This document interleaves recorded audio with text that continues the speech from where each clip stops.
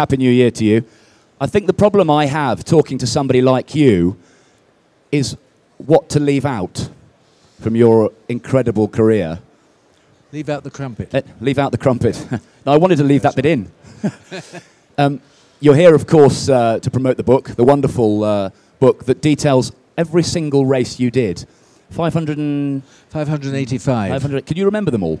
No, I can remember the ones where bad things I remember wheels coming off and brake failures and things like that, but I can't remember all of them, no. You probably have people coming up to you, don't you, still saying, I saw you at Alton Park in 1959 and you went round the outside of somebody on lap 12, and you probably can't remember it. Well, those things do happen, and it's very flattering that people should remember it, actually.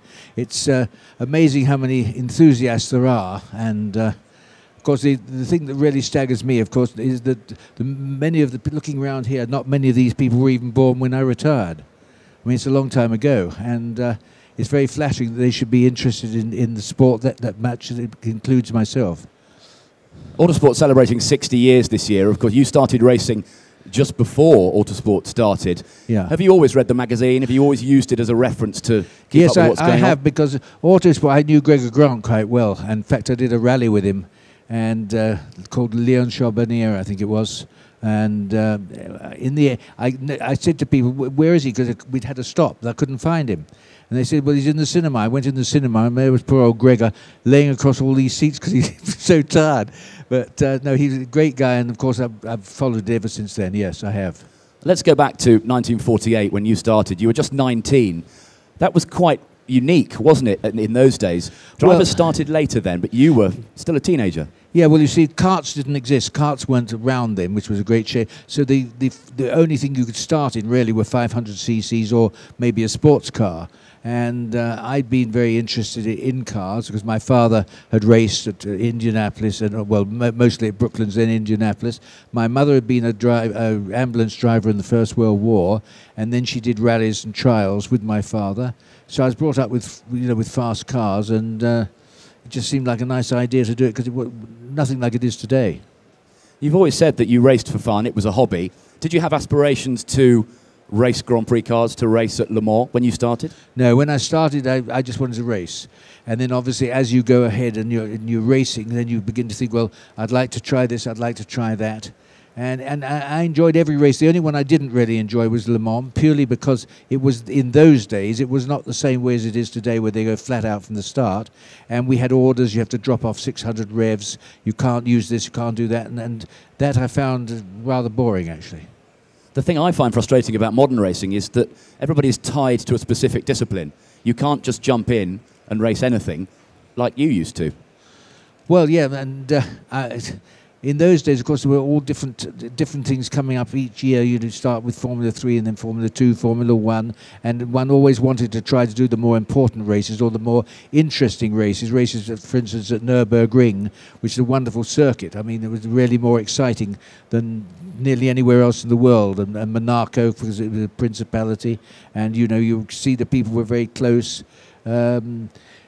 It was completely different, I must say. I remember getting my first competition license. This is 1948, I guess it must have been. And it cost me 5 shillings. I just had to show my road license. 5 bob. I had a license then which would have allowed me, without doing any testing at all, to go to Indianapolis, for instance, or Formula 1. I mean, really. I mean, now you do at least have to do some small events before you get a license, an international. Then that wasn't the case.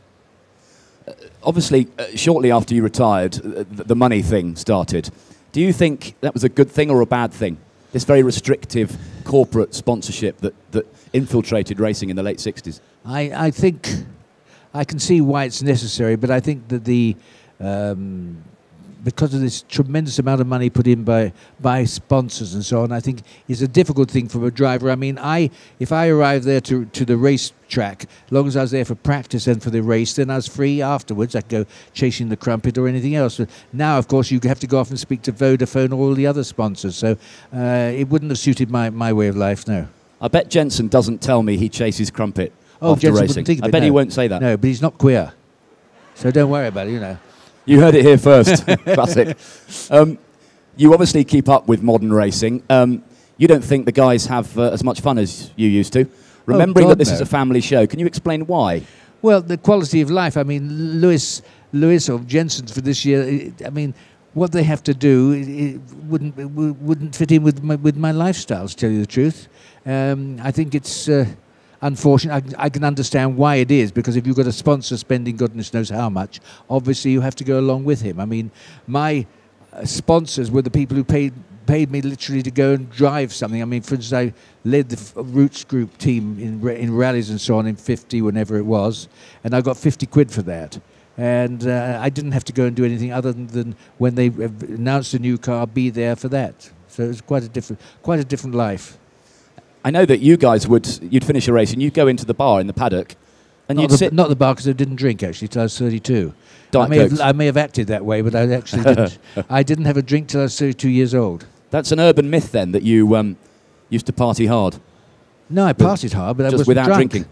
The benefit of not drinking first is you can enjoy the party more. You see, instead of passing out, you enjoy it. But the guys, top drivers, would just mingle with fans, whether it was in the bar or at the trackside. Yeah, well, I mean, we'd go, if there was a good party on, the people you like. I mean, I remember I had my 21st birthday party at a place near Brands Hatch, and all the drivers would come along and, have a drink of whatever they were drinking, and dance and whatever. So it would, believe me, our quality of life was really as good as any at that time. I'm going to talk to Stirling for another 5 or 10 minutes or so, and then we're going to give you a chance to put a question to this racing legend, Mr. Motor Racing himself. Simon's there with a microphone, so think of some really juicy questions, and you will get a juicy answer back, I guarantee it. I need to talk to you for the 7,000th time about the Mille Miglia in 1955. Yeah. The numbers are still extraordinary. 1,000 miles in about 10 hours. 10 hours, on public roads with people with their knees. Well, what amazes me, actually, I was looking at some times the other day, is on the last section, which was from Cremona, I think, to Brescia, 173 kilometres, I think. Standing start, I averaged 165.5 miles an hour, which is really, quite quick on an open road.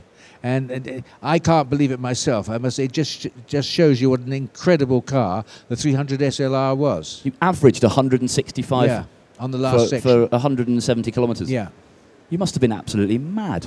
Well, I was mad. I mean, the thing was that's what one did. I agree with you. It is, to me, it is quite staggering, and it just shows how.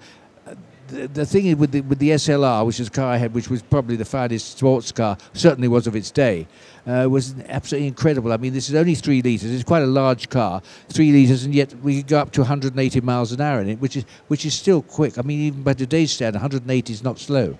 On public roads, you couldn't possibly do that. Exactly. Even in a top supercar. And then we had three mountain passes as well. You see the Redicofani, the Futa, and the Redicosa. So have you been back to Italy to sort of retrace that epic journey? Not actually to retrace. No, I've been back to Italy and seen parts that I've done, and it just staggers me, actually. I suppose much of it is spoiled now by sort of dual carriageways and blocks of flats. It won't be the same, will it?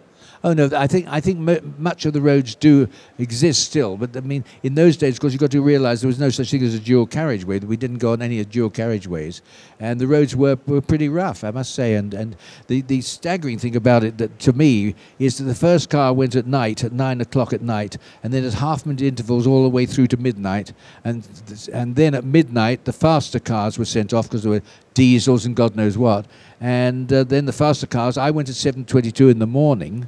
And I was not the last car, so it gives you an idea. You're talking of 800 odd entries, and now that isn't amazing. Except, are there 800 people who could drive that well?